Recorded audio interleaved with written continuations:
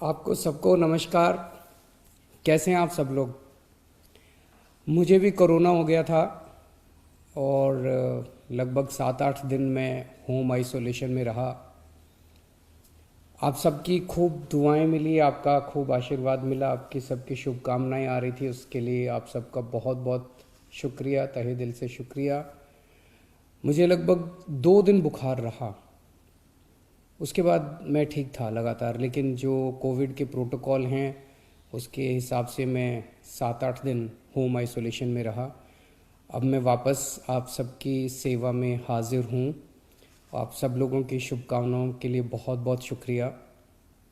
लेकिन दिल्ली में जो कोरोना की रफ़्तार बहुत ज़्यादा तेज़ी से बढ़ रही है, उसको लेके मैं हमेशा से चिंतित था।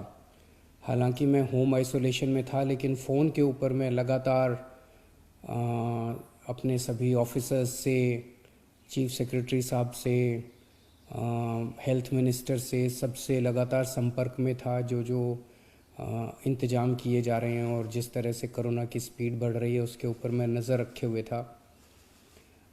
दिल्ली के अंदर जो कोरोना की, पूरे देश में कोरोना बहुत तेज़ी से बढ़ रहा है, दिल्ली में भी बहुत तेज़ी से बढ़ रहा है। रफ्तार बहुत ज़्यादा तेज़ है। मैं देख रहा था कि कल वाला जो हेल्थ बुलेटिन था उसमें लगभग 20,000 के करीब केसेस आए थे, और आज शाम को जो हेल्थ बुलेटिन आएगा उसमें लगभग 22,000 केसेस, पिछले 24 घंटे के 22,000 केसेस आएंगे। तो डेली बहुत तेज़ी से केसेस बढ़ रहे हैं, जिसको, जो एक चिंता का विषय तो है, लेकिन जैसे मैंने पहले भी बोला था, घबराने की बात नहीं है। जब मैं बोल रहा हूँ घबराने की बात नहीं है, तो मैं सारा डेटा एनालाइज करके बोल रहा हूँ।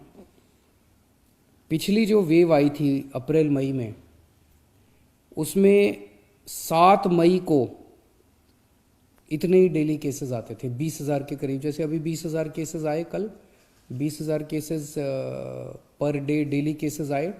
7 मई को भी 20,000 केसेस आए थे पिछली वेव में, लेकिन 7 मई को 341 मौतें हुई थी। 341 मौतें। लेकिन कल जब 20,000 केसेस आए हैं तो 7 मौत हुई हैं। एक भी नहीं होनी चाहिए, लेकिन कंपैरिजन में केवल 7 मौत हुई हैं। 7 मई को जब 20,000 केसेस आए थे तो लगभग 20,000 बेड्स दिल्ली में भरे हुए थे, लेकिन कल जब 20,000 केसेस आए हैं तो लगभग 1,500 बेड केवल दिल्ली में भरे हुए हैं। तो उस तरह से इस वेव के दौरान डेथ भी काफ़ी कम हो रही हैं और लोगों को अस्पताल जाने की भी काफ़ी कम ज़रूरत पड़ रही है। ये डेटा मैंने आपको इसलिए नहीं बताया कि इसलिए अब हम मास्क पहनना बंद कर देंगे और गैर जिम्मेदार हो जाएंगे। ये डेटा मैंने आपको इसलिए बताया कि पैनिक करने की कोई ज़रूरत नहीं है, घबराने की कोई ज़रूरत नहीं है, डरने की कोई ज़रूरत नहीं है, लेकिन जिम्मेदारी के साथ काम लेने की ज़रूरत है। जो मैं बार बार बोल रहा हूँ कि मास्क पहनना सबसे ज़रूरी है। मास्क पहनना सबसे ज़रूरी है। कई लोग मेरे से प्रश्न पूछ रहे हैं, लॉकडाउन लगेगा? हम लॉकडाउन नहीं लगाना चाहते। लॉकडाउन नहीं लगेगा अगर आप मास्क पहनोगे तो। मास्क पहन के घर से बाहर निकलो, मास्क पहन के चारों तरफ घूमो। अगर ज़रूरत ना पड़े तो घर से बाहर ना ही निकलो, अभी थोड़े दिन कोई ज़रूरी नहीं है, लेकिन मास्क पहनना बहुत ज़रूरी है। सोशल डिस्टेंसिंग बहुत ज़रूरी है।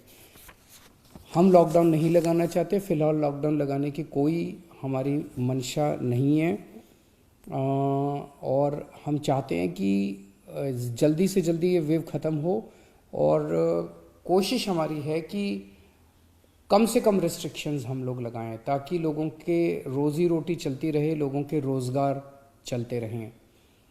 एलजी साहब और मैं दोनों मिलके पूरी सिचुएशन को लगातार हम लोग नज़र रखे हुए हैं। कल हमारी डीडीएमए की दोबारा मीटिंग है। उस मीटिंग में एक्सपर्ट्स के साथ फिर से हम रिव्यू करेंगे सिचुएशन को कि क्या और करने की ज़रूरत है, नहीं है। केंद्र सरकार से लगातार हम लोग संपर्क में हैं। केंद्र सरकार से भी हमें पूरा सहयोग मिल रहा है। तो सब लोग मिलके, मैं, एलजी साहब, हमारे सारे ऑफिसर्स, केंद्र सरकार, सब लोग मिलके सिचुएशन के ऊपर नज़र रखे हुए हैं और सिचुएशन को कंट्रोल किए हुए हैं। पहले भी हम सब दिल्ली वासियों ने मिलके कोरोना की इतनी बड़ी इतनी खतरनाक लहर थी जो अप्रैल वाली थी, उसको हमने पार पा लिया, तो इस लहर को भी हम लोग पार पा लेंगे। चिंता करने की ज़रूरत नहीं है, लेकिन जिम्मेदारी के साथ काम करने की ज़रूरत है। और जिन जिन लोगों ने वैक्सीन नहीं लगवाया, प्लीज़ जाके वैक्सीन ज़रूर लगवा लीजिए। वैक्सीन लगाने से मतलब ये नहीं है कि कोरोना नहीं होगा, लेकिन कोरोना अगर हुआ तो आपको कम माइल्ड कोरोना होगा, आपकी जान को खतरा नहीं होगा, आपको अस्पताल हो सकता है जाने की ज़रूरत ना पड़े। नमस्कार।